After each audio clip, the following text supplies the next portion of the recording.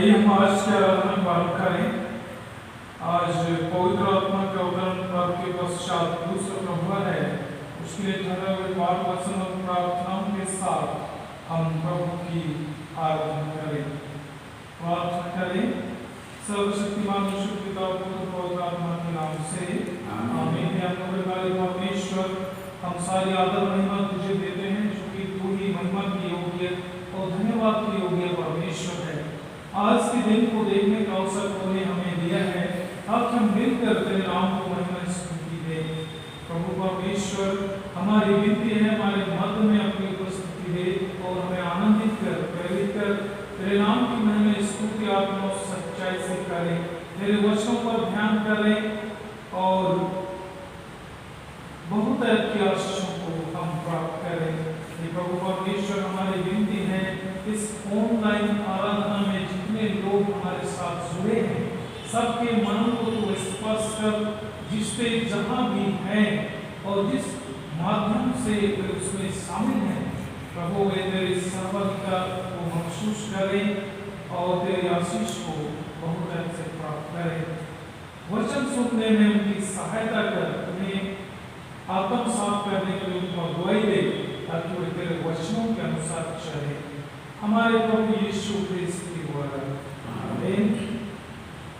हम गीत गाएंगे, गीत संग्रह से गीत नंबर 3, ईश्वर के प्रेम का यह प्रमाण। ईश्वर के प्रेम का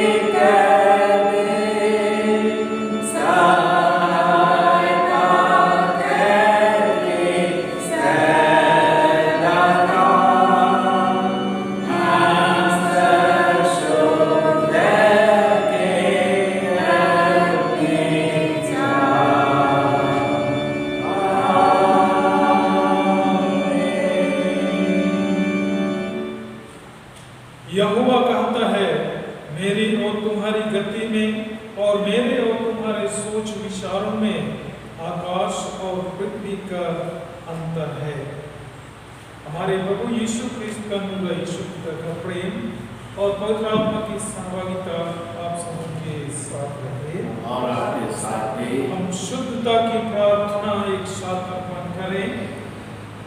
हे सर्वशक्तिमान परमेश्वर, तेरे समुख सब भेद देखने हैं, उस सब का व्यास को जानता है और तुझसे कोई भी भेद छिपा नहीं है। अपनी पवित्र आत्मा की प्रेरणा से हमारे हृदय विचार को शुद्ध कर, ताकि हम तुझसे प्रेम करें और पवित्र से खोजना शुरू करें। हमारे प्रभु यीशु के द्वारा आमीन।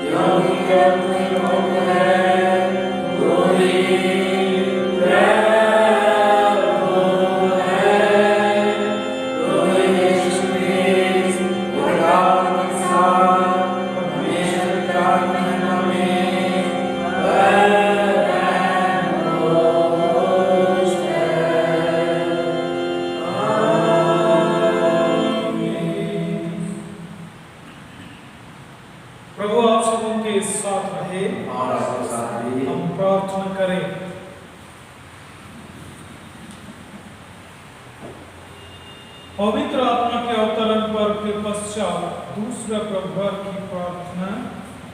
हे सर्वशक्तिमान परमेश्वर, हमारे प्रभु यीशु ख्रिस्त का पिता, तेरे पुत्र में हम सच्ची धन्यता का आदर्श नमूना देखते हैं।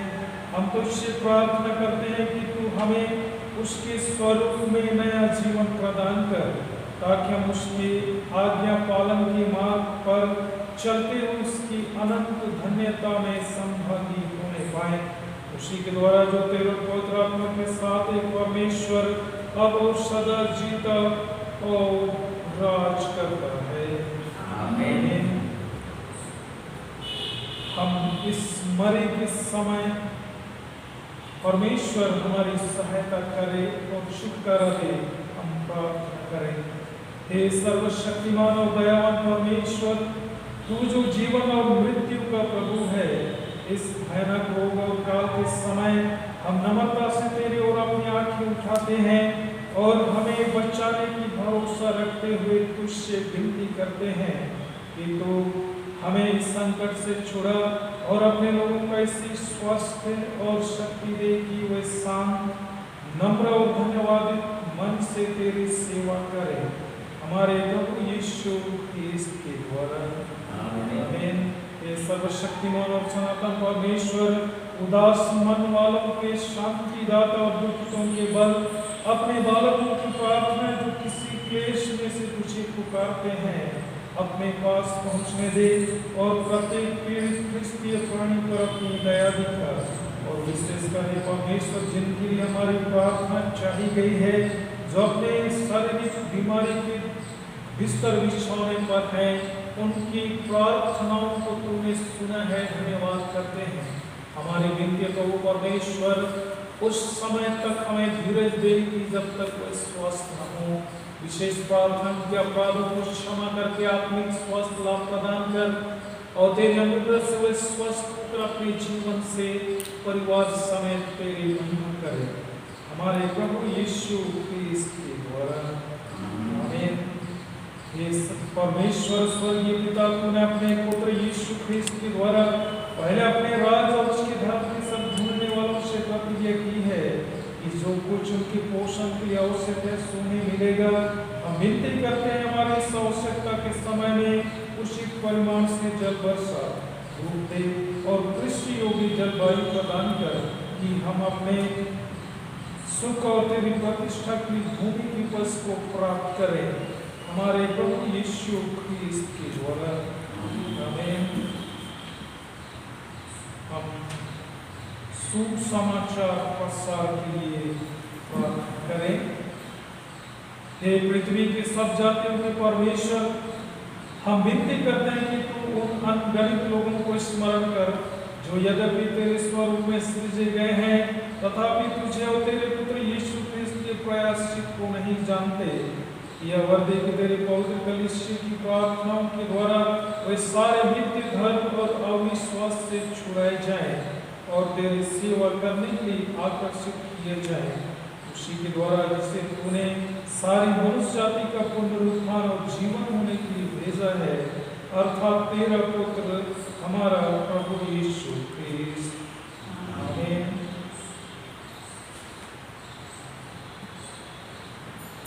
हम इस समय भजन संहिता से पाठ करेंगे।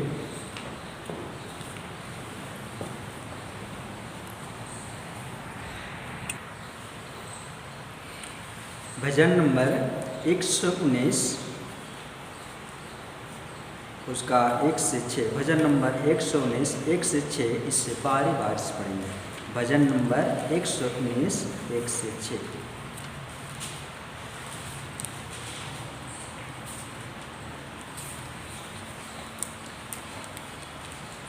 क्या ही धन्य है वे जो चाल के खरे हैं और यहोवा की व्यवस्था पर चलते हैं। क्या ही धन्य है वे जो उसकी टहनियों को मानते हैं और पूर्ण मन से उसके पास आते हैं। फिर वे कुटिलता के काम नहीं करते, वे उसके मार्गों में चलते हैं।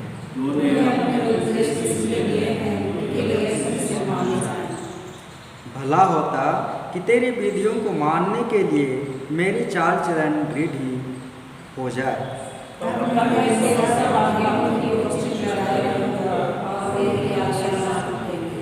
सर्वशक्तिमान पिता के, पुत्र के और पवित्र आत्मा की महिमा हो। पहला पाठ यशायाह भविष्यवक्ता पुस्तक अध्याय 61 1 से 4 और 8 से 9। यशायाह अध्याय 61 1 से 4 और 8 से 9।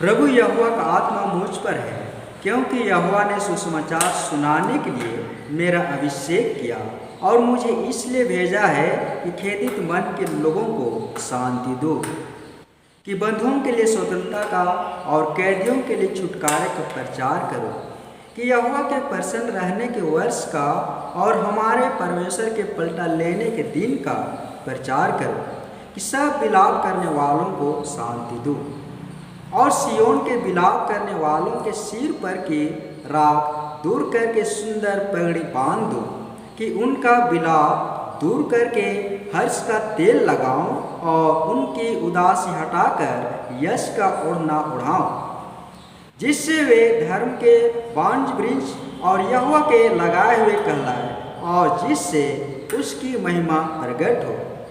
तब वे बहुत काल के उजड़े स्थानों को फिर बसाएंगे, पूर्व काल से पड़े हुए खंडरों में वे फिर घर बनाएंगे। उजड़े हुए नगरों को जो पीढ़ी पीढ़ी में उजड़े हुए हो वे फिर नए सिरे से बसाएंगे।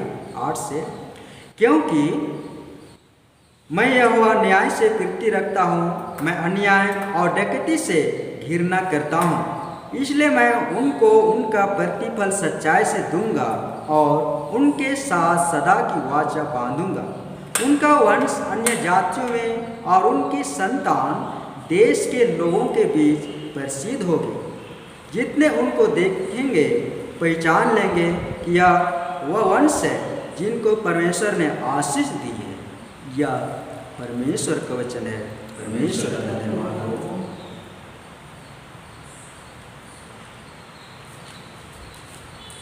दूसरा पाठ पत्री वचन से कुरिन्थियों के नाम पौलुस प्रेरित की दूसरी पत्री अध्याय 6 3 से 10। दूसरा कुरिन्थियों अध्याय 6 3 से 10 तक।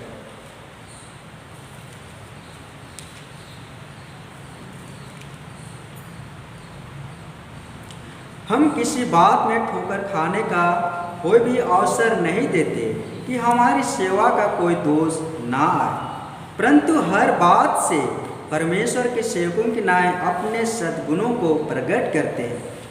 बड़े धैर्य से, क्लेशों से, दरिद्रता से, संकटों से, कोड़े खाने से, कैद होने से, हुल्लड़ों से, परिश्रम से, जागते रहने से, उपवास करने से, पवित्रता से, ज्ञान से, धीरज से, दयालुता से और आत्मा से, सच्चे प्रेम से, सत्य के वचन से, परमेश्वर की सामर्थ्य से, धार्मिकता के हथियारों से जो दाहिने बाएं हैं, आदर और निरादर से, दुर्नाम और सुनाम से, यद्यपि भरवाने वालों के ऐसे मालूम होते हैं तो भी सच्चे हैं, अनजानों के सादृश्य है तो भी प्रसिद्ध है, मरे हुओं के ऐसे हैं और देखो जीवित है, मार खाने वालों के सादृश्य हैं परंतु प्राण से मारे नहीं जाते, शोक करने वालों के समान हैं परंतु सर्वदा आनंद करते हैं, कंगालों के ऐसे हैं परंतु बहुतों को धनवान बना देते हैं, ऐसे हैं जैसे हमारे पास कुछ नहीं तो भी सब कुछ रखते हैं। यह परमेश्वर का वचन है। परमेश्वर का धन्यवाद।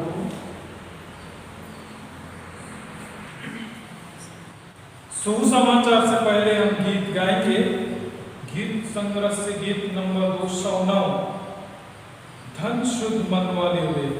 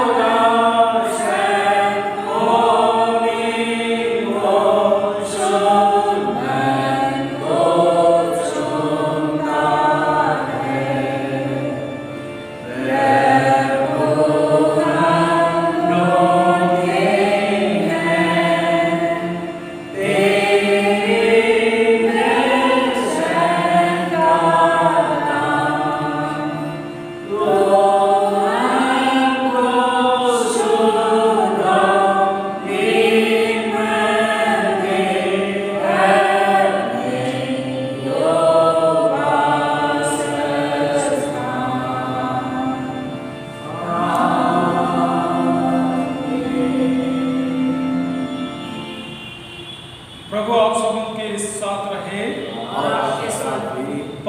सुसमाचार, पवित्र मत्ती रचित सुसमाचार उसके 5वें अध्याय में लिखा है और उसके पहले पद से सुसमाचार आरंभ होता है। मत्ती रचित सुसमाचार 5वां अध्याय पहले पद से आगे।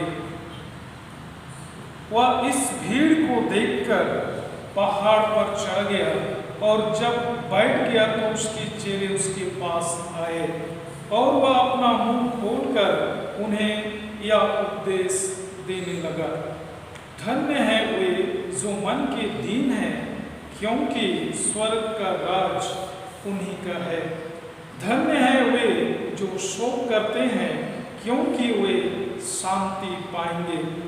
धन्य है वे जो नम्र हैं, क्योंकि वे पृथ्वी के अधिकारी होंगे। धन्य है वे जो धार्मिकता के भूखे और प्यासे हैं, क्योंकि वे तृप्त किए जाएंगे। धन्य है वे जो दयावंत हैं, क्योंकि उन पर दया की जाएगी। धन्य है वे जिनके मन शुद्ध हैं, क्योंकि वे परमेश्वर को देखेंगे। धन्य है वे जो मेल कराने वाले हैं, क्योंकि वे परमेश्वर के पुत्र कहलाएंगे। धन्य है वे जो धार्मिकता के कारण सताए जाते हैं, क्योंकि स्वर्ग का राज उन्हीं का है।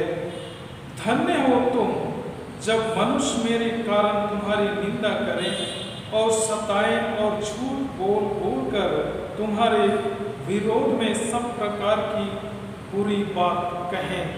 तब आनंदित और मगन होना, क्योंकि तुम्हारे लिए स्वर्ग में बड़ा फल है, इसलिए कि उन्होंने उन भविष्यद्वक्ताओं को जो तुमसे पहले थे इसी रीति से सताया था।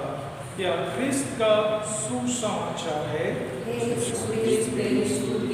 प्रार्थना करें। हे प्रभु परमेश्वर, तेरे वचन के लिए धन्यवाद करते हैं और इस समय हम तेरे वचन पर अपना ध्यान केंद्रित करना चाहते हैं।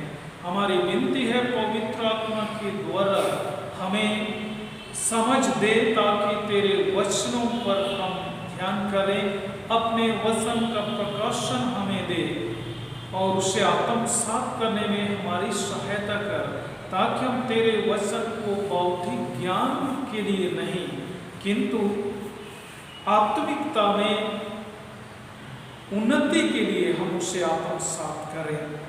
कि प्रभु हम हर एक की और हर एक सुनने वालों की आंखें और कान खोल दे कि हम उसे देखें, सुने और अपने हृदय में रखें, ताकि वह 100 गुना 70 गुना फल लाए और तेरी महिमा हो। हमारे प्रभु यीशु ख्रिस्त के द्वारा आमीन। कृपया बैठ जाएंगे। यीशु के नाम में आप सबों को यीशु सहाय। परमेश्वर के वचन में मैं आप सबों का हार्दिक स्वागत कर रहा हूं। और हम सभी जानते हैं कि लॉकडाउन 30 जून तक फिर से बढ़ा दी गई है, क्योंकि संक्रमित लोगों की संख्याएं प्रतिदिन मिलती जा रही हैं, जिसके कारण से केंद्र सरकार ने कुछ छूट दिया, लेकिन झारखंड सरकार हमारी ही सुरक्षा के लिए ऐसा निर्णय लिया है ताकि हम सभी सुरक्षित रहें। फिर भी परमेश्वर के वचन को सुनने के लिए आप सभी जहां भी हैं आप सुरक्षित हैं। मैं फिर से परमेश्वर के वचन में आप सबों का हार्दिक स्वागत करता हूं कि आइए हम मिलकर आज के लिए जो परमेश्वर का वचन हमारा है उस पर अपना ध्यान करें और आशीष प्राप्त करें और आत्मिक रूप से शारीरिक क्षमता प्राप्त करें, ताकि हर परिस्थिति में हम स्थिर खड़े रह सकें। आज का हमारा जो विषय है जंत्री पाठ के अनुसार से वह है, प्रभु यीशु हमें बताते हैं कि वास्तव में कौन सुखी या धन्य है। प्रभु यीशु हमें बताते हैं कि वास्तव में कौन सुखी है या धन्य है। संसार में मानवीय मापदंड अलग है और ईश्वरीय मापदंड अलग है। हम संसार के अनुसार देखेंगे तो कौन सुखी है, तो संसार के बुद्धिमानों के अनुसार यह कि जिसके पास सब कुछ है। मैं एक छोटा सा उदाहरण देना चाहूंगा आरंभ में कि जब अमेरिका में एक व्यक्ति दूसरे व्यक्ति से बातचीत कर रहा था और उस समय आपस में उनकी बातचीत में इस विषय पर बातचीत हो रही थी कि आपकी दृष्टि में कौन गरीब है और कौन धनी है। तो चूंकि अमेरिका संपन्न और विकसित देश है और उसी के अनुपात से वह व्यक्ति पूछने वाले से जवाब देता है कि जिसके पास कम से कम 10-20 कार गाड़ी हो वह गरीब है। तो हम सभी सोच सकते हैं कि धनी कौन हो सकता है उनके अनुसार से, लेकिन परमेश्वर के वचनानुसार क्या मापदंड है उसको आज हम सब सुसमाचार पाठ में सुन रहे थे, जिसे मत्ती रचित सुसमाचार उसके 5वें अध्याय में पहले पद से 12वें पद तक हम लोग सुन रहे थे। उसमें साफ साफ परमेश्वर के मापदंड को हमने सुना कि वास्तव में कौन धन्य है, कौन आशीषित है और कौन सुखी है। और चूंकि यह जो हमारा विषय है आज का, हिंदी में पढ़ने से उतना स्पष्ट नहीं होता है और इसका यदि हम लोग इंग्लिश में जाएंगे तो और थोड़ा सा स्पष्ट होता है, और इसीलिए मैं उसको इंग्लिश में पढ़ना चाहूँगा जो आज का हमारा विषय है। Jesus tells us who are truly blessed और हैप्पी। कौन वास्तव में ब्लेसेड है, यहाँ कौन वास्तव में आशीषित है या कौन आनंदित है। तो इसके अनुसार से हम जब यहाँ देखेंगे तो जो सुसमाचार में पाठ वचन था या है उसमें जो लिखा हुआ है वो सटीक बैठता है, क्योंकि यह परमेश्वर के मानक मापदंड के समान है और इसलिए वही हम विश्वास करने वालों के लिए सबसे सटीक है, क्योंकि यह हमेशा स्थिर रहेगा। भजन संहिता में भी हम लोग इस बात को पढ़ रहे थे कि कौन धन्य है, जो खरा है वही व्यक्ति। यानी खरा कौन है, जो परमेश्वर के निर्देश और आज्ञा के अनुसार चलता है, उसके वचन के अनुसार चलता है, वही वास्तव में धन्य है, वास्तव में आशीषित है और वास्तव में वही आनंदित व्यक्ति है। इस संसार के लिए जितनी भौतिक आशीषें हैं परमेश्वर हमें देता है कई संसाधनों के रूप में, वह हमारे लिए है, लेकिन वास्तव में वह खुशी हमें नहीं देता है जो खुशी हमें परमेश्वर देता है, और उसके मानक मापदंड के अनुसार चलने से ही वह सब आनंद और खुशी आशीष मिलती है। और इसीलिए हम सब उन भौतिक आशीषों को नहीं तिरस्कार कर रहे और मैं उसके विरुद्ध में नहीं बोल रहा हूँ, लेकिन परमेश्वर का मापदंड क्या है और मानव का मापदंड क्या है, इस पर हम लोग आज विशेष रूप से चिंतन मनन करने का प्रयास करें। कुछ पदस्थलों को हम विषय वस्तु में आगे बढ़ने से पहले हम लोग पढ़ेंगे, यानी संसार का मापदंड क्या है और परमेश्वर का मापदंड क्या है। इस बात को इस पदस्थलों के द्वारा या इन वचनों के द्वारा से उसे प्रकट किया गया है। प्रकाशित वाक्य उसका 21 अध्याय और उसके 27 पद और 22 अध्याय के 14-15 पद में इस तरह से लिखा है। कृपया अपने बाइबल को आप देखें और मैं पढ़ूंगा, आप उससे देखेंगे। प्रकाशित वाक्य 22-21 उसका 27 में इस तरह लिखा है, परंतु उसमें कोई अपवित्र वस्तु या घृणित काम करने वाला या झूठ का गढ़ने वाला किसी रीति से प्रवेश न करेगा, पर केवल वे लोग जिनके नाम मेमने के जीवन की पुस्तक में लिखे हैं। परमेश्वर का मापदंड कितना बड़ा है या कितना सटीक है यहाँ पर हम लोग देख सकते हैं कि मेमने के जीवन की पुस्तक में जिसका नाम है उसी का धन्य कहा गया है। और 22 अध्याय उसके 14-15 में इस तरह से लिखा है, धन्य वे हैं जो अपने वस्त्र धो लेते हैं, क्योंकि उन्हें जीवन के वृक्ष के पास आने का अधिकार मिलेगा और वे फाटकों से होकर नगर में प्रवेश करेंगे। पर कुत्ते और टोन्हे और व्यभिचारी और हत्यारे और मूर्ति पूजक और हर एक झूठ का चाहने वाला और गढ़ने वाला बाहर रहेगा। मेरे प्रियो, परमेश्वर का मानक मापदंड कितना ऊंचा स्तर का है, और इसलिए चूंकि हम परमेश्वर के राज के लिए बनाए गए हैं और उसी के लिए यीशु मसीह पर जब विश्वास करते हैं तो हमें उस मानक मापदंड के अनुसार अपने को बनाए रखना है। मत्ती रचित सुसमाचार उसका 7वां अध्याय और उसके 22-23 पद में इस तरह लिखा है।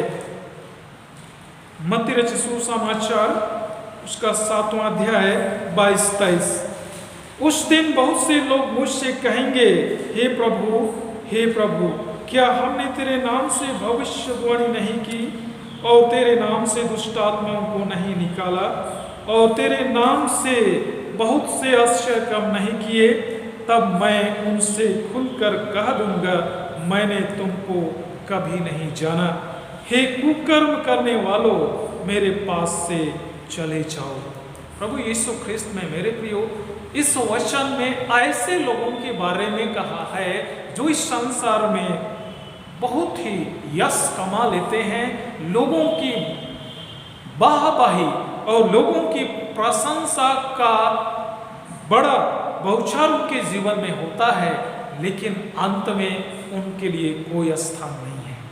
तो इसमें से हम लोग यह देख सकते हैं कि परमेश्वर का मापदंड कैसा है।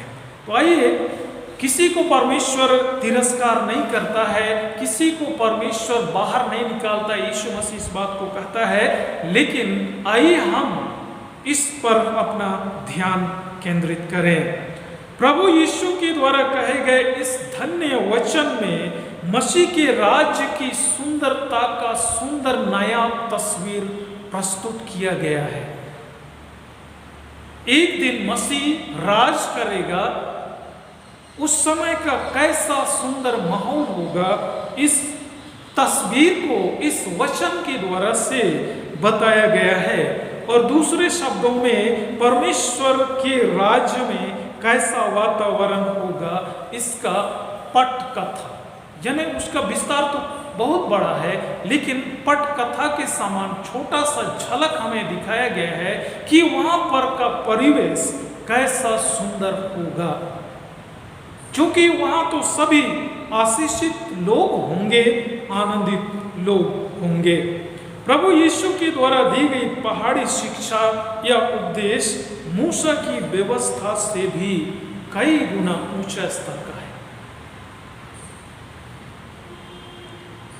और इसको हम लोग मत्ती रचित सुसमाचार उसका 5वां अध्याय और उसके 27 पद और 28 पद में पढ़ेंगे तो हमें इसका लेवल कितना ऊंचा है हमें पता चलेगा। मत्ती 5:27-28 में लिखा है, तुम सुन चुके हो कि कहा गया था व्यभिचार ना करना, परंतु मैं तुमसे कहता हूं कि जो कोई किसी स्त्री पर कुदृष्टि डाले वह अपने मन में उससे व्यभिचार कर चुका। कितना ऊंचा है, तो परमेश्वर का मापदंड भी कितना ऊंचा है, हम लोग इस बात से जान रहे हैं।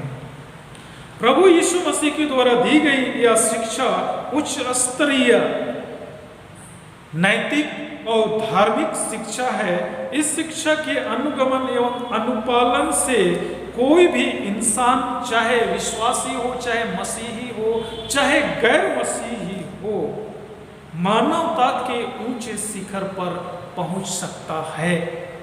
और बहुत से ऐसे लोग हैं जो इसका अनुपालन करने के द्वारा न केवल अपने देश में बल्कि विश्व में भी ख्याति प्राप्त किए हैं। वे साधारण व्यक्ति थे, यूं कहूं तो आम व्यक्ति से खास व्यक्ति बन गए। हम सभी जानते हैं हमारे देश के राष्ट्रपिता महात्मा गांधी के बारे में। उनका नाम था मोहनदास करमचंद गांधी।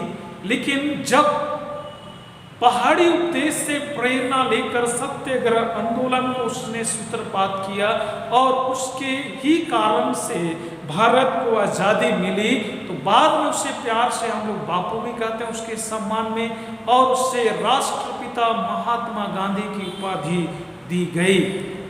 इसके अनुपालन और अनुगमन के द्वारा से एक गैर विश्वासी व्यक्ति इतना महान हो सकता है और हो गया, तो क्या हम जो उस पर विश्वास करते हैं, क्या परमेश्वर हमें सम्मानित नहीं करेगा? निश्चय ही मुझे और आपको भी परमेश्वर सम्मानित करेगा, क्योंकि परमेश्वर सच्चा और धर्मी है। जो उसकी आज्ञा पर चलता है उनको प्रतिष्ठित करता है। इस धन्य वचन की शिक्षा के द्वारा विश्वासी को उत्साहित किया गया है कि हर एक विश्वासी परमेश्वर के राज के लायक अपने आप को बनाए, क्योंकि वह परमेश्वर के राज की मूल बातों को जाने और स्वयं को उसके मानक मापदंडों के अनुसार तैयार करे। इसीलिए पहाड़ी उपदेश या शिक्षा हमारे लिए दिया गया है, ताकि हम परमेश्वर के मापदंड के अनुसार इस संसार में जीवन जिए और अपने को उस राज के लिए तैयार करें। पहाड़ी उपदेश उच्च स्तरीय नैतिक शिक्षा है। यहाँ पर थोड़ा सा आपके मन में स्ट्राइक करेगा, क्योंकि परमेश्वर का वचन ऐसा है।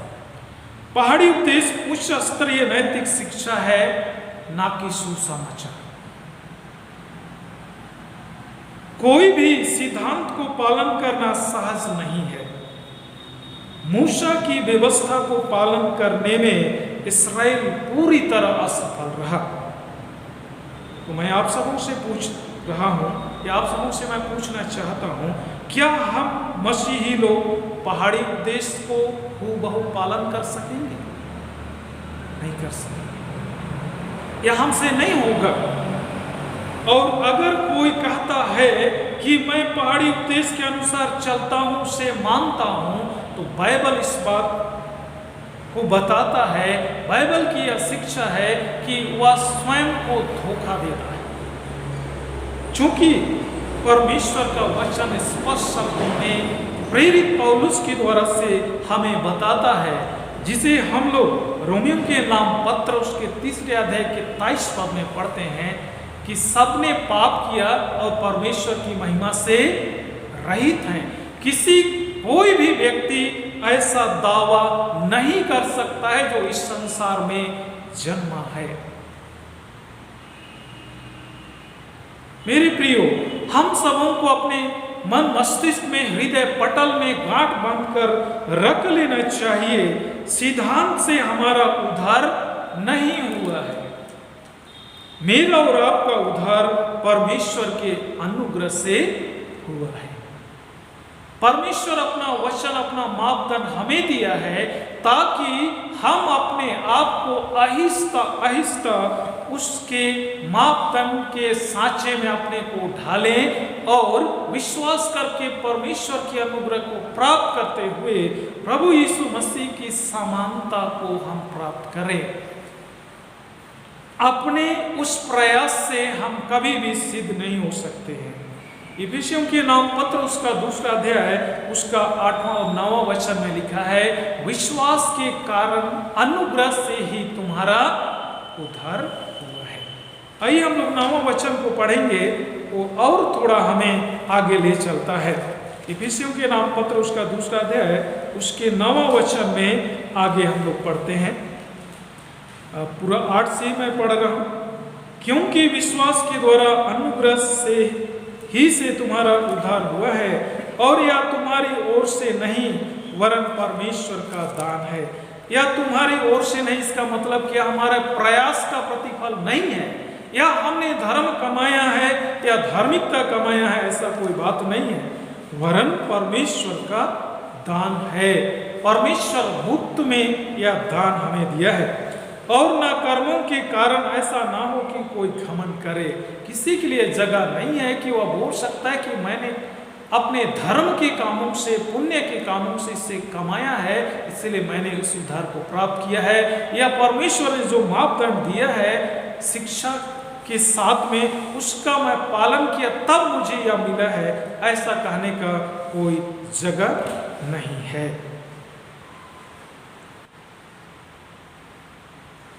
प्रेरित पौलुस विश्वास द्वारा उद्धार पर बल देता है और हबक्कूक विश्वास द्वारा जीवित रहने की बात करता है।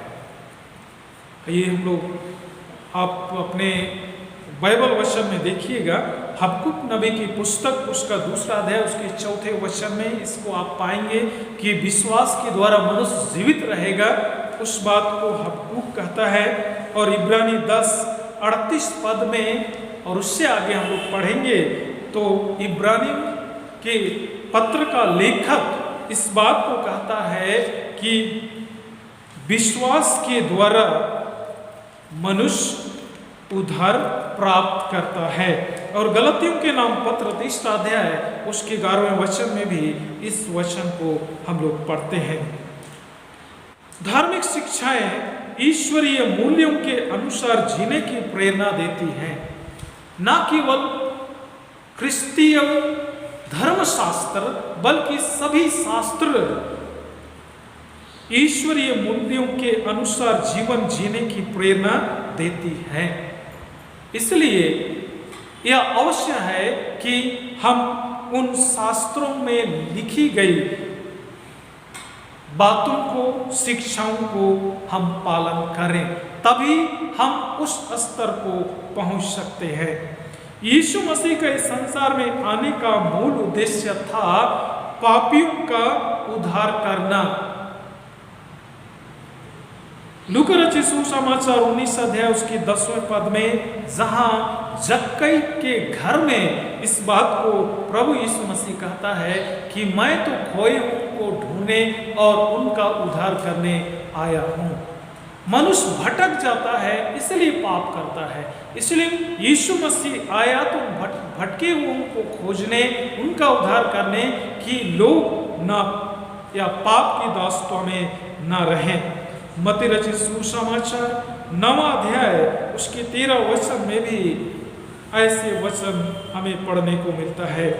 परंतु क्रूसित होने से पहले 3.5 वर्षों तक घूम घूम कर सुसमाचार प्रचार किया, सामर्थ के कार्य और चिन्ह दिखाकर परमेश्वर के सामर्थ को प्रकट किया। परमेश्वर की क्या भली मनसा है, क्या योजना है, इस सब को बताया।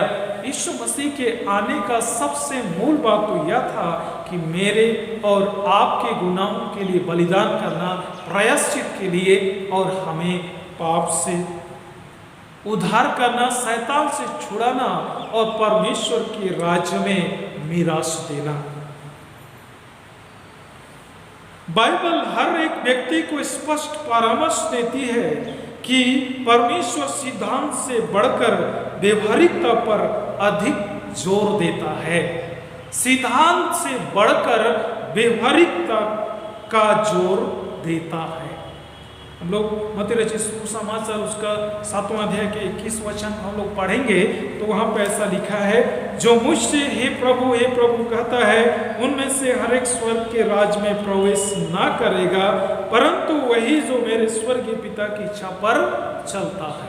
यानी जो प्रैक्टिकल है, व्यवहारिकता में है, वही उसका हकदार हो सकता है। हे प्रभु कहने से यीशु नहीं मिलेगा या उद्धार नहीं मिलेगा, वरन यीशु मसीह पर विश्वास करने और उसकी आज्ञा के अनुसार चलने के द्वारा से ही। मेरे प्रियो, बड़ा सवाल है, स्वर्गीय पिता की इच्छा आखिर क्या है? स्वर्गीय पिता की इच्छा क्या है? इसके जवाब में परमेश्वर का वचन कहता है, परमेश्वर की इच्छा यह है कि हम यानी सारे विश्वासी जो यीशु पर ईमान लाते हैं अनंत जीवन प्राप्त करें, पापों से मुक्ति, शैतान से छुटकारा और अनंत जीवन पाए। आइए हम परमेश्वर के वचन को पढ़ेंगे। यूहन्ना रचित सुसमाचार उसका 6वां अध्याय और उसके 40वें वचन में बहुत खूबसूरत वचन हमारे लिए है। यूहन्ना रचित सुसमाचार उसका 6वां अध्याय उसकी 40वें वचन में इस तरह लिखा है, क्योंकि मेरे पिता की इच्छा यह है कि जो कोई पुत्र को देखे और उस पर विश्वास करे वह अनंत जीवन पाए और मैं उसे अंतिम दिन जिला उठाऊंगा।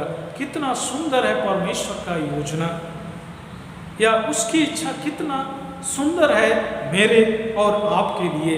इसको यदि हम अंतरात्मा से स्वीकार कर लेंगे, इस पर हम अपना ध्यान केंद्रित कर लेंगे, हमारा मन हृदय धन्यवाद से भर जाएगा।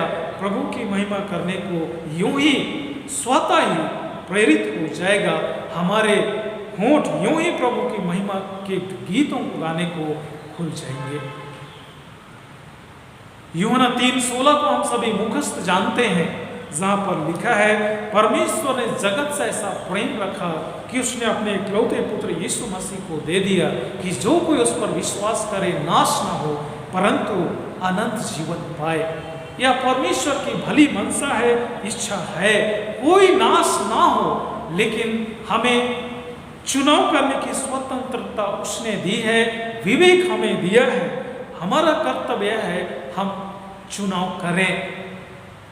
यहोशू अपने लोगों से, अपनी प्रजा से कह रहा है कि आज ही तुम चुन लो कि किसकी तुम सेवा करोगे।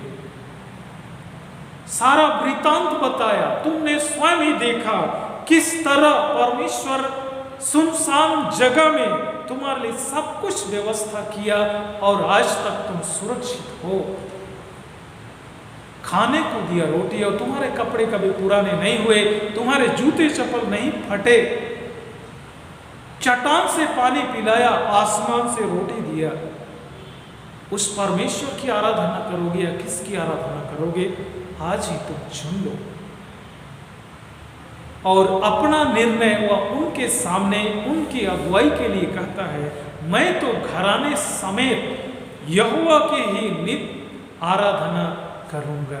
मेरे प्रियो, आज हमें भी प्रभु को अपना निर्णय बताने की जरूरत है कि आज हम किसकी सेवा करेंगे। संसार अपना मापदंड बता देता है और हम सब जानते हैं, और परमेश्वर ने भी अपना मापदंड हमें दे दिया है। मेरे प्रियो, सावधान रहें। मैं आपको चेतावनी दे रहा हूं, आपको सावधान कर रहा हूं। हम अनुग्रह के अंतिम समय में हैं। वर्तमान समय में भेड़ों से अधिक गड़ेरिए हैं, जो ज्ञान की लुभाने वाली बातों से सुसज्जित होकर उठ खड़े हुए हैं। ऐसे लोग वर्तमान फरीसी हैं। धर्म सिद्धांत पर अधिक जोर देते हैं, जबकि बाइबल के परमेश्वर की इच्छा यह है कि मनुष्य यीशु पर विश्वास करके अनुग्रह को प्राप्त करे। कितने सिद्धांत की बातें मैं उस पर चर्चा में नहीं जाना चाहूंगा, लेकिन आप सब ने सुना है, आप सभी जानते हैं कि कैसा धर्म सिद्धांत लेकर विश्वास में आगे बढ़ने वाले लोगों तक को लोग भ्रमित कर देते हैं और लोग अपने विश्वास से भटक जाते हैं। एक व्यक्ति मुझसे बातचीत कर रहा था कि 2 दिन के अंदर में, ये मुझे कह रहा था कि पादरी साहब, आजकल मैं अन्य भाषाओं में प्रार्थनाएं करता हूं, और जिस घर में रेंट में मैं रहता हूं वहां की महिला भी अन्य भाषाओं में बात करती है और प्रार्थना करती है। और उसी ने ये रिपोर्ट बताया, ऐसे ही क्रम में वह पता नहीं कैसे कर रही थी, छत पे चढ़ गई और सोच रही थी कि मैं छत पर से छलांग लगा लूंगी तो भी मैं सुरक्षित बच जाऊंगी, और उस ऊपर से छलांग लगाई और उसके पैर टूट गए, अभी हॉस्पिटल। तो इस तरह कि समय में हम हैं, इसलिए हमें सतर्क रहने की जरूरत है। परमेश्वर ज्ञान की लुभाने वाली बातों से प्रसन्न नहीं होता, वरन विश्वास से प्रसन्न होता है। परमेश्वर के वचन में यह स्पष्ट हमें मिलता है। हम लोग इब्रानियों के नाम पत्र उसका 11वां अध्याय उसके 6वें वचन में इस वचन को पढ़ते हैं। इब्रानियों के नाम पत्र उसका 11वां अध्याय उसके 6वें वचन में साफ साफ यह बात बताया गया है, जहां लिखा है, विश्वास बिना उसे प्रसन्न करना अनहोना है, क्योंकि परमेश्वर के पास आने वाले को विश्वास करना चाहिए कि वह है और अपने खोजने वालों को प्रतिफल देता है। और इसलिए मेरे प्रियो, हम सबों को विचलित नहीं होना है।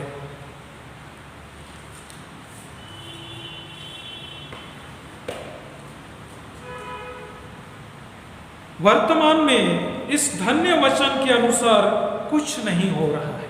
हम सब अगर अवलोकन करेंगे कि धन्य वचन में ऐसा कहा गया है, या मसीही समाज में भी, विश्वासी समुदाय में भी यह नहीं हो रहा है, ऐसा देखने को नहीं मिलता है स्पष्ट रूप से। लेकिन प्रभु के राज्य में अवश्य ऐसा होगा। कोई भी भ्रम में न रहे कि पता नहीं ऐसा होगा कि नहीं, ऐसा भ्रम में हमें नहीं रहना। क्या हो के रहेगा, चूंकि यह मनुष्य का वचन नहीं है, या परमेश्वर का वचन है, यह प्रभु की वाणी है, और इसलिए यह ऐसा ही होगा। और इसलिए बाइबल में पहले से हमें बता दिया गया है। आइए एक वचन हम लोग पढ़ेंगे और उसी के साथ मैं समाप्त करूंगा। फिलिपियों के नाम पत्र उसका 4 अध्याय उसके 8 और 9 में परमेश्वर के वचन में इस तरह लिखा है। फिलिपियों के नाम पत्र उसका 4 अध्याय उसका 8 और 9 पद, इसलिए हे भाइयों, जो जो बातें सत्य हैं और जो जो बातें आदरणीय हैं और जो जो बातें उचित हैं और जो जो बातें पवित्र हैं और जो जो बातें सुहावनी हैं और जो जो बातें मन भावनी हैं, अर्थात जो भी सद्गुण और प्रशंसा की बातें हैं, उन पर ध्यान लगाया करो। जो बातें तुमने मुझसे सीखी और ग्रहण की और सुनी और मुझ में देखी, उन्हीं का पालन किया करो। तब परमेश्वर जो शांति का सोता है तुम्हारे साथ रहेगा। मेरे और आपके साथ प्रभु परमेश्वर रहेगा, तो इससे बड़ा आशीष क्या हो सकता है? मैं समझता हूं इससे बड़ा आशीष और कुछ नहीं होगा।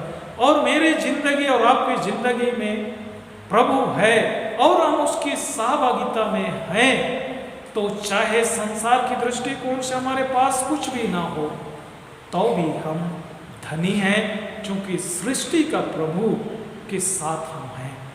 प्रेरित पौलुस इसी बात को तो हमें बता रहा था, जिसे हम लोग आज के दूसरे पाठ वचन में 2 कुरिन्थियों उसका 6वां अध्याय में 6 से आगे में हम लोग सुन रहे थे। कितना हम कैसे घूमते हैं, लेकिन फिर भी सब चीज हमारे पास है। पौलुस किस तरह से इसका गवाही देता है कि हम मारे मारे फिरते हैं, लेकिन सब कुछ हम रखते हैं, सब कुछ हमारे पास है। इसका मतलब क्या है कि प्रभु परमेश्वर जो सृष्टि का स्वामी है हमारे साथ है, तो क्या मुझे घटी होगी? दाऊद कहता है, मुझे कुछ भी घटी नहीं होगी, क्योंकि यहोवा मेरा चरवाहा है।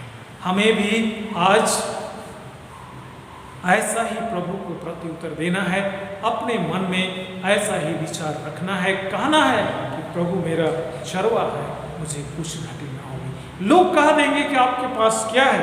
कुछ नहीं है, कोई बात नहीं, मेरे पास प्रभु है, सब कुछ का देने वाला है, मेरे पास प्रभु है। हम इसमें आनंदित रहे, और यही आनंद सबसे बड़ा आनंद है। और इसी को बाइबल बताती है कि वास्तव में कौन आनंदित है, कौन आशीषित है? जिसके साथ प्रभु है। परमेश्वर इस वचन के द्वारा हम सबों को आशीष प्रदान करे। आप सबों को मैं धन्यवाद देता हूँ कि आप सभी ने परमेश्वर के वचन को धीरज के साथ सुना है। उतने ही धीरज के साथ प्रभु में बने रहिए, प्रभु आपके साथ होंगे। मुझे भरोसा है आपको वह खुशी परमेश्वर देंगे जिसके लिए मनुष्य सरहद पार और दुनिया के कोने तक जाता है लेकिन नहीं मिलता है, क्योंकि प्रभु आपके हृदय में है। आप उसे पुकारिए, उसके साथ रहिए, प्रभु आपको वह आशीष व खुशी देगा जो संसार का कोई भी चीज वस्तु उसे दे नहीं सकता और उसे खरीदा भी नहीं जा सकता। परमेश्वर हम हर एक को बहुत अच्छी आशीष प्रदान करें। आइए प्रार्थना करें। हे प्रभु परमेश्वर, हम तुझे धन्यवाद करते हैं चूंकि तूने आज के दिन में इस बात को हमें स्पष्ट रूप से बताया कि वास्तव में कौन आशीषित है और कौन वास्तव में सुखी है। संसार अपने मापदंड के अनुसार हमें बताता है, लेकिन तू सच्चा है, इसलिए सच्चा मापदंड तूने हमें दिया है। प्रभु परमेश्वर, तूने हमें यह नहीं कहा कि इसके अनुसार चलोगे तभी उस जीवन के तुम हकदार बनोगे, लेकिन तूने यह कहा है कि उसको मानने में सतर्क रहो, क्योंकि हमारा उद्धार तूने मुफ्त में किया है अपनी अनुग्रह से, और तेरे मापदंड के अनुसार चलने के द्वारा उसे प्राप्त नहीं कर सकते। प्रभु हमें आशीष दे कि हम तेरी अनुग्रह को निकटता से पहचाने और कभी भी हम अपने हृदय में या अहम ना रखें, घमंड ना करें कि मैंने अपने पुण्य कर्म के द्वारा इसे कमाया है, या शास्त्र की बातों की जानकारी, सिद्धांत की बातों की जानकारी के द्वारा इसे कमाया है, क्योंकि तेरे पास दलील देने के लिए हमारे पास कुछ नहीं है। प्रभु परमेश्वर, हम स्वीकारते हैं कि हम तेरे सामने नाचीज हैं। हम धन्यवाद करते हैं, हम ऐसे नाचीज मनुष्यों से तूने प्रेम किया और हमारे लिए अपने पुत्र तक को भी रख नहीं छोड़ा। प्रभु, इस मूल्यवान बात को, तेरी योजना को समझने में निरंतर हमारी सहायता कर, ताकि हमेशा हम तेरे परामर्श, सलाह और निर्देश में चलें। सभी सुनने वालों को आशीष दे, हमारे प्रभु यीशु ख्रिस्त के द्वारा। हम खड़े होकर अपने विश्वास की घोषणा करें। प्रेरितों के विश्वास वचन के साथ हम अपने विश्वास को दृढ़ करें। मैं सर्वशक्तिमान पिता, स्वर्ग और पृथ्वी के सृष्टिकर्ता परमेश्वर पर विश्वास करता हूँ। मैं उसके इकलौते पुत्र हमारे प्रभु यीशु ख्रिस्त को विश्वास करता हूँ। वह पवित्र आत्मा के सामर्थ्य से गर्भ आया और कुंवारी मरियम से जन्मा। उसने पापी पिलातुस के शासन में दुख भोगा और क्रूस पर चढ़ाया गया, मरा और गाड़ा गया और मृतकों के लोक में उतरा। तीसरे दिन जी उठा, वह सब पर चढ़ गया और पिता की दाहिनी ओर विराजमान है। वह जीवितों और मृतकों का न्याय करने को फिर आएगा। मैं पवित्र आत्मा पर, पवित्र संघ पर, कलीसिया पर, संतों की संगति, पापों की क्षमा, देह के पुनरुत्थान और अनंत जीवन पर विश्वास करता हूँ। अब हम समस्त मानव जाति के लिए प्रार्थना करें और अपनी प्रार्थनाओं को प्रभु यीशु ख्रिस्त के निरंतर निवेदन के साथ साथ अर्पित करें। हे पिता, हम प्रार्थना करते हैं कि समस्त संसार में न्याय और शांति स्थापित और प्रत्येक व्यक्ति घर को जीवन प्राप्त करे। हे दयालु प्रभु, हमारी प्रार्थना सुन। उन सब लोगों के लिए स्रोत पेश करते रहते हैं, गाँव में हम लोग रहते हैं, उन सब बातों को दूर करने के हिसाब से हम लोग झगड़े होते हैं और हमारे देश में सच्चाईता की बढ़ती है। हे दयालु प्रभु, हमारी प्रार्थना सुन। उन सब लोगों के लिए जो कैसे लोग व्यापार में लगे हुए हैं, सैन्य कार्यक्रम के लिए, उन सब के लिए जो अपनी सेवा से हमारा सपना पूर्ति करते हैं। हे दयालु प्रभु, हमारी प्रार्थना सुन। अध्यापकों, छात्रों, वैज्ञानिकों, लेखकों और कलाकारों सब व्यक्तियों के लिए जो अन्य विचार और भावनाओं को राइट करते हैं। हे दयालु प्रभु, हमारी प्रार्थना सुन। उन सब लोगों के लिए जो दुखी है, रोजगार है, भूखे प्यासे हैं, दरिद्र और दरिद्र हैं, बीमार और अनशन हैं, और उन सब व्यक्तियों के लिए जो ऐसे लोगों की सेवा और सहायता करते हैं। हे दयालु प्रभु, हमारी प्रार्थना सुन। हमारे पिता के सब शासकों के लिए विशेष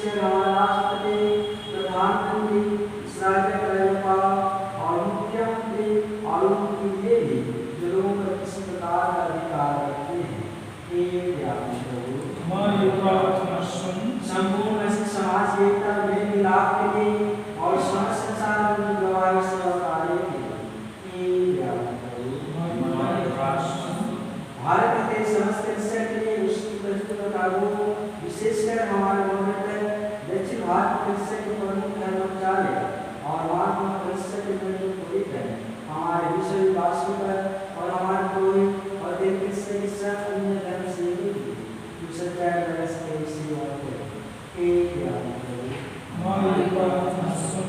यहोवा प्रेम से भक्तों के साथ जिन्होंने अपने जीवन के निष्ठा पूर्वक सेवा की है, हमें तेरे राज्य के आनंद के साथ आनंद एक याद हमारी प्रार्थना सुन। ईश्वर का अपने आशीष कर हमारी आत्मा को हमें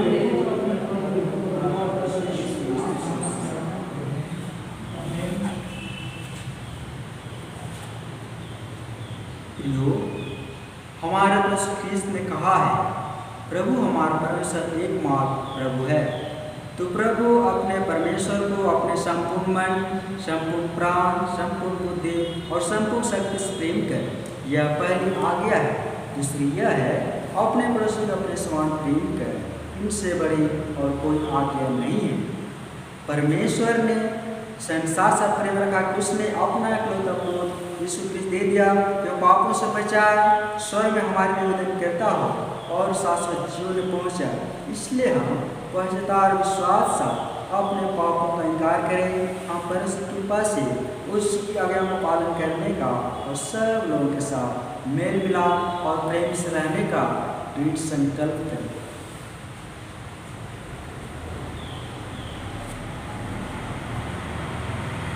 एक साथ है कि परमेश्वर हमारे पिता हमने हमको शरण से मेरे लोग और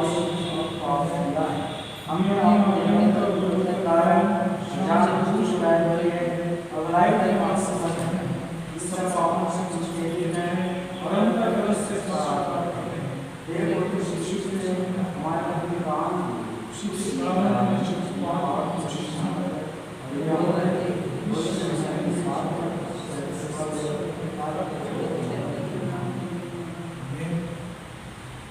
सर्वशक्तिमान परमेश्वर उन सबको क्षमा करता है जो एक दूसरे को क्षमा करके उस सच्चा पश्चाताप करते हैं। वह आप सब पर दया करे, आपके सब पापों को क्षमा करे, उनसे आपको छुटकारा दे, सब भले कामों में आपको स्थिर और सबल करे और शाश्वत जीवन में बनाए रखे। आमीन। परमेश्वर का धन्यवाद हो। हम शांति अभिवादन के लिए खड़े हो जाएंगे। हम सब मिलकर ख्रीस्त की देह हैं। हम सब ने एक आत्मा द्वारा एक दिन में बपतिस्मा लिया है। हम ऐसे कार्यों में संलग्न रहें जिनसे शांति मिलती और एक दूसरे का निर्माण होता है। प्रभु की शांति सदा सबके साथ रहे।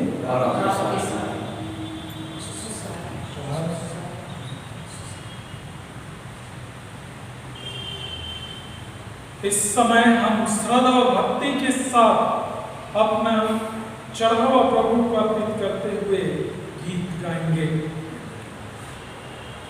गीत नंबर 211।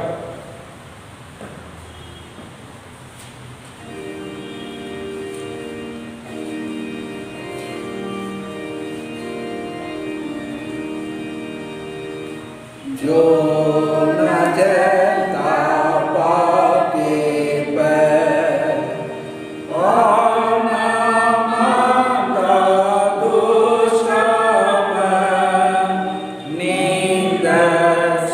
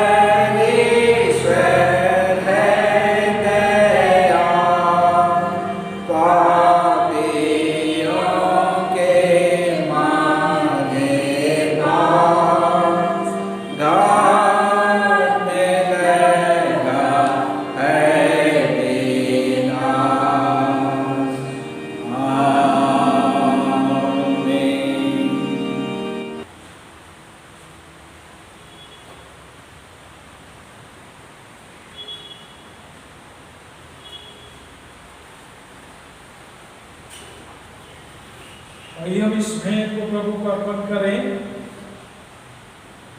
हे सर्वशक्तिमान परमेश्वर, सभी अच्छी वस्तुओं के दाता, हमारे जीवन का स्वामी, हम तुझे धन्यवाद करते हैं।